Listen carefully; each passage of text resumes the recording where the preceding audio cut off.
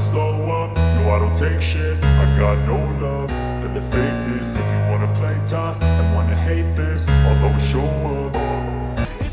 So hello traders, ഒരു market understanding video ആണ് നമ്മുടെ വീക്ക്ലി അനലൈസിസ്. സോ ഗോൾഡിന്റെ ലെവലുകൾ നമ്മൾ നോക്കുകയാണെന്നുണ്ടെങ്കിൽ ഗോൾഡ് കഴിഞ്ഞൊരു 2 വീക്സ് ആയിട്ട് കണ്ടിന്യൂസ്ലി ഹയർ ഹൈസ് ക്രിയേറ്റ് ചെയ്ത് പോകുന്നത് നമുക്ക് കാണാൻ പറ്റും. ഓൾസോ ഈ റേഞ്ചുകളിൽ ഗോൾഡ് സൈഡ് വൈസ് ആണെന്ന് പറയാൻ പറ്റും. കഴിഞ്ഞൊരു 1-2 ദിവസമായിട്ട് സൈഡ് വൈസ് അല്ല, റേഞ്ച് ബൗണ്ട് ആണെന്ന് പറയാൻ പറ്റും. നമ്മൾ കറണ്ട് ലെവലുകൾ മാർക്ക് ചെയ്യുകയാണെന്നുണ്ടെങ്കിൽ നമുക്കിവിടെ ഒരു സ്ട്രോങ് സപ്പോർട്ട് ഏരിയ കാണാൻ പറ്റും. ഓൾസോ പ്രീവിയസ്ലി മാർക്കറ്റ് ഒരു ഡബ്ല്യു ക്രിയേറ്റ് ചെയ്തത് കാണാൻ പറ്റും. ഡബ്ല്യൂടെ ബ്രേക്ക് ഔട്ട് മാർക്കറ്റിൽ ലഭിച്ചിട്ടുണ്ട്, നമുക്കിവിടെ കാണാൻ പറ്റും. സോ മോസ്റ്റ്ലി നമുക്ക് ഈ ഒരു റേഞ്ച് വരെയൊക്കെ, അതായത് 2750-52 റേഞ്ച് വരെയൊക്കെ മാർക്കറ്റ് പോയതിനു ശേഷം ഒരു ഹെൽത്തി പുൾ ബാക്ക് എന്തായാലും മാർക്കറ്റിൽ പെൻഡിങ് നടക്കുന്നുണ്ട്. കാര്യം കഴിഞ്ഞൊരു 12 ഹവേഴ്സ് ആയിട്ട് കണ്ടിന്യൂസ്ലി മാർക്കറ്റിൽ ബൈയിങ് ക്യാൻഡിൽസ് ആണ്. സോ ഒരു 1 ക്യാൻഡിലെങ്കിലും നമുക്കൊരു ഹെൽത്തി പുൾ ബാക്ക് തരികയാണെന്നുണ്ടെങ്കിൽ നമുക്ക് എന്ത് ചെയ്യാൻ പറ്റും, നമുക്ക് ലോവർ ടൈം ഫ്രെയിമിൽ ലെവലുകൾ മാർക്ക് ചെയ്ത് ഒരു ബൈ സൈഡ് എൻട്രി പ്ലാൻ ചെയ്യാൻ പറ്റും. നമ്മൾ ലോവർ ടൈം ഫ്രെയിമിലോട്ട് ഷിഫ്റ്റ് ആവുകയാണെന്നുണ്ടെങ്കിൽ ഓക്കെ, നമുക്കിവിടെ കൈൻഡ് ഓഫ് ഈ പറഞ്ഞ സപ്ലൈ ഡിമാൻഡ് കാണാൻ പറ്റും. ഈ റേഞ്ച് നമ്മൾ വിഡ്രോ ചെയ്യുകയാണെന്നുണ്ടെങ്കിൽ ഈ റേഞ്ച്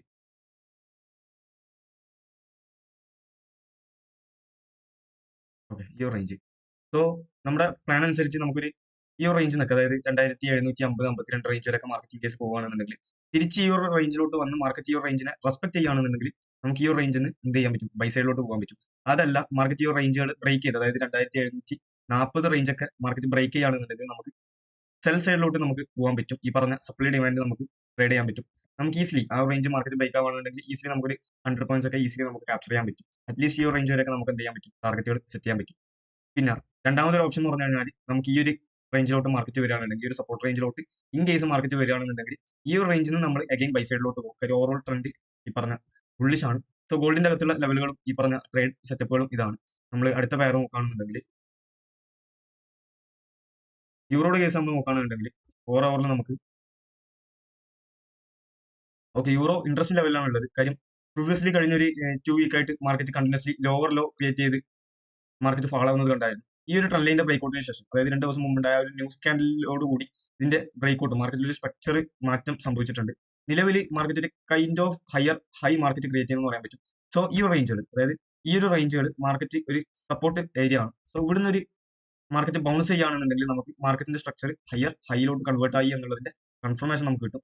സോ നമ്മൾ ആ റേഞ്ചിൽ നിന്ന് മാർക്കറ്റ് എന്ത് റിയാക്ട് ചെയ്യുന്നത് നോക്കാം. നമുക്കൊരു ബൈ സൈഡ് എൻട്രി കിട്ടുകയാണെന്നുണ്ടെങ്കിൽ നമ്മൾ എന്ത് ചെയ്യാം, എൻ്റർ ആവാം. അതിന് നമുക്ക് ഒന്നുകിൽ 1 ഹവറിന്റെ കൺഫർമേഷൻസ് കാര്യങ്ങൾ നമുക്ക് എടുക്കാൻ പറ്റും. കാര്യം നിലവിൽ നമ്മൾ നോക്കുകയാണെന്നുണ്ടെങ്കിൽ 1 ഹവറിൽ ഓൾസോ അതൊരു സ്ട്രോങ് സപ്പോർട്ട് ഏരിയ ആണ്. ടെക്നിക്കലി നമ്മൾ സംസാരിക്കുകയാണെന്നുണ്ടെങ്കിൽ ഇത്രയും വലിയൊരു റാലിയുടെ ഫുൾ ബാക്ക്, അതായത് ഇത്രയും വലിയൊരു ഫോളിന്റെ ഫുൾ ബാക്ക് ഓൾസോ ടെക്നിക്കലി നമുക്ക് പെൻഡിങ് ഉണ്ട്. ഫിബ് നോക്കുകയാണെന്നുണ്ടെങ്കിൽ അറ്റ്ലീസ്റ്റ് ഈ ഒരു റേഞ്ച് വരെയെങ്കിലും ഈ ഒരു സപ്പോർട്ടിൽ നിന്നും മാർക്കറ്റ് എന്ത് ചെയ്യേണ്ടതാണ്, ബൗൺസ് ചെയ്യേണ്ടതാണ്. സോ ഒരുപക്ഷെ ജസ്റ്റ് ഈ ഒരു റേഞ്ച് വരെ വന്നിട്ട് ബൗൺസ് ചെയ്യാം. അതല്ലാന്നുണ്ടെങ്കിൽ കറക്റ്റ് ഈ ഒരു റേഞ്ചുകൾ മാർക്കറ്റ് റെസ്പെക്ട് ചെയ്ത് ബൗൺസ് ചെയ്യാം. സോ എന്തായാലും അറ്റ്ലീസ്റ്റ് ഇത്രയെങ്കിലും മാർക്കറ്റ് ബൗൺസ് ചെയ്യേണ്ടതാണ് ഒരു ഹെൽത്തി ഫുൾ ബാക്ക്. സോ ഫ്ലോയിൽ ആ റേഞ്ചുകൾ മാർക്കറ്റ് ബ്രേക്ക് ചെയ്ത് അടുത്തൊരു ഹൈ ക്രിയേറ്റ് ചെയ്യുകയാണെന്നുണ്ടെങ്കിൽ കണ്ടിന്യൂസ്ലി പിന്നെ ബൈ മൂവ്മെന്റ് കീപ്പ് ചെയ്യും. അങ്ങനെ ഒരു എൻട്രി നമുക്ക് ഇവിടെ ഇനീഷ്യേറ്റ് ചെയ്യാൻ പറ്റുകയാണെന്നുണ്ടെങ്കിൽ നമുക്ക് സ്വിംഗ് ലെവലിൽ ആ ഒരു എൻട്രികൾ ഹോൾഡ് ചെയ്യാൻ പറ്റും. സോ യൂറോയുടെ അകത്ത് നിലവിൽ ഇതാണ് ട്രേഡ് സെറ്റപ്പ്. 15 മിനിറ്റിൽ ഓൾസോ വേണമെന്നുണ്ടെങ്കിൽ നമുക്ക് നോക്കുകയാണെന്നുണ്ടെങ്കിൽ ഓക്കെ, 15 മിനിറ്റിൽ ഓൾസോ സ്ട്രോങ് ഒരു സപ്പോർട്ട് റേഞ്ച് ആണ്. ഓൾസോ ഇവിടെ നമ്മൾ സെല്ലിംഗ് നോക്കുകയാണെന്നുണ്ടെങ്കിൽ സെല്ലിംഗ് ഈ റേഞ്ചിൽ വീക്ക് ആയത് നമുക്ക് കാണാൻ പറ്റും. ഓൾസോ ഈ റേഞ്ചൊക്കെ കംപ്ലീറ്റ്ലി സെല്ലിംഗ് വീക്ക് ആണ്. സോ മോസ്റ്റ്ലി ഡബ്ല്യു ആ റേഞ്ചിലൊക്കെ ക്രിയേറ്റ് ചെയ്ത് ഈ റേഞ്ച് വരെയെങ്കിലും മാർക്കറ്റ് വരേണ്ടതാണ്. അതല്ലാന്നുണ്ടെങ്കിൽ ഒരു ചെറിയ ബ്രേക്ക്ഔട്ട് ആണ് മാർക്കറ്റ് ലിക്വിഡിറ്റി ക്രിയേറ്റ് ചെയ്ത് അഗൈൻ ചെറിയ രീതിയിൽ കൺസോൾട്ടേറ്റ് ചെയ്ത് ട്രെൻഡിലോട്ട് വരേണ്ടതാണ്. സോ വെയിറ്റ് ചെയ്യാം മാർക്കറ്റ് എങ്ങനെ റിയാക്ട് ചെയ്യുന്നുള്ളത് നോക്കിയിട്ട്. അടുത്ത പേര് നമ്മൾ നോക്കുന്നത് GBP/USD.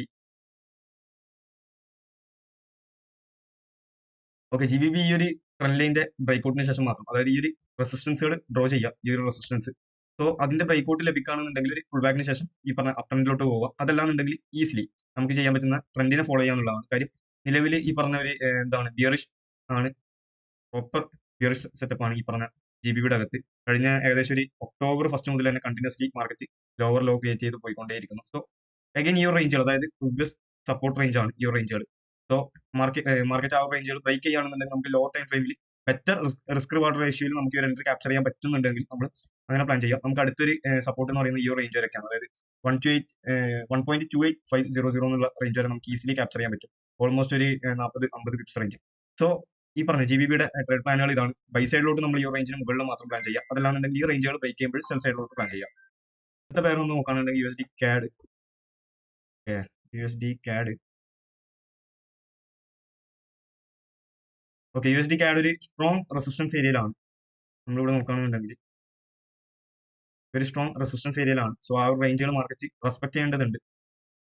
സോ നമുക്ക് ബെറ്റർ നമ്മൾ എന്തായാലും ബൈ സൈഡിലോട്ട് ഓവർ ട്രെൻഡ് ഈ പറഞ്ഞ എന്താണ് ബുള്ളിഷ് തന്നെയാണ്. ബട്ട് നമുക്ക് അറ്റ്ലീസ്റ്റ് ഈ ഒരു റേഞ്ച് വരെയെങ്കിലും നമുക്ക് എന്ത് ചെയ്യാൻ പറ്റും, ഒരു സെൽ എൻട്രി പ്ലാൻ ചെയ്യാൻ പറ്റും. കാര്യം ഈ ഒരു റേഞ്ചുകൾ ലാസ്റ്റ് ടൈം ഈ ഒരു റേഞ്ച് മാർക്കറ്റ് റെസ്പെക്ട് ചെയ്തതിനു ശേഷം അത്രയും വലിയൊരു ഫോൾ മാർക്കറ്റിൽ വന്നിട്ടുണ്ട്.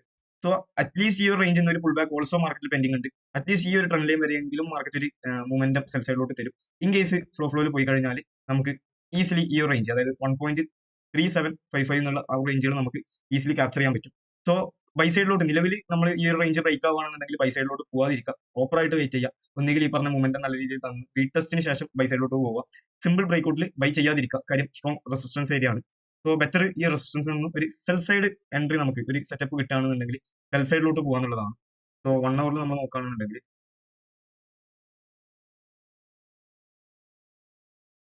ഓക്കെ, 1 ഹവറിൽ ഓൾസോ നമുക്ക് ബൈ മൂവ്മെന്റ് നല്ല രീതിയിൽ വീക്ക് ആയത് കാണാൻ പറ്റും.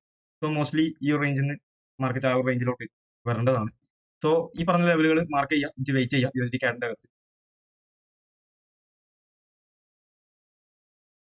ഓൾസോ അടുത്ത പെയർ നമ്മൾ നോക്കുകയാണെങ്കിൽ USD JPY.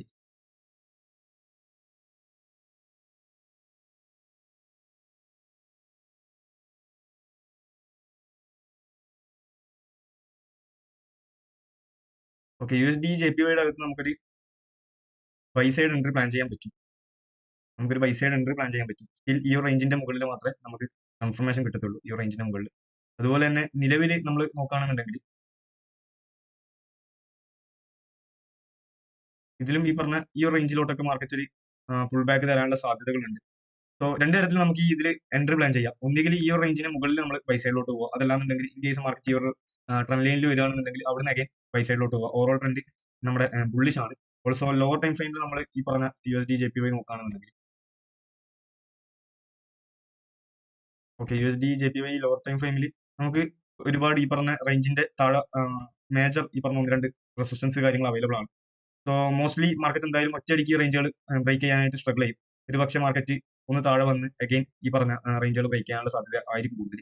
സോ ലെവലുകൾ മാർക്ക് ചെയ്ത് വെയിറ്റ് ചെയ്യാം, മാർക്കറ്റ് എന്ത് ബിഹേവ് ചെയ്യുന്നുള്ളത് നോക്കാൻ. ബാക്കി ബിറ്റ്കോയിൻ നമ്മൾ നോക്കുകയാണെന്നുണ്ടെങ്കിൽ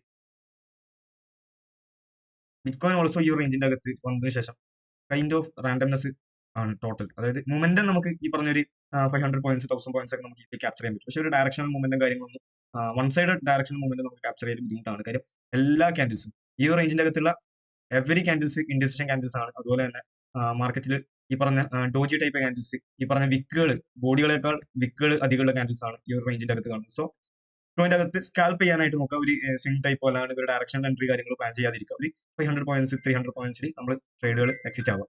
സോ ഇതൊക്കെയാണ് ഈ വീക്കിലുള്ള ഈ പറഞ്ഞ ഒരു അനലൈസിസ് കാര്യങ്ങൾ. സോ മൺഡേ നമുക്ക് എന്തായാലും ലൈവ് സെഷനിൽ കാണാം. സോ ഈ ഒരു ലെവലുകൾ കാര്യങ്ങൾ നിങ്ങൾ എന്ത് ചെയ്യുക, മാർക്ക് ചെയ്ത് വെക്കുക. അടുത്ത വീഡിയോയിൽ കാണുന്നത് വരെ താങ്ക്സ്.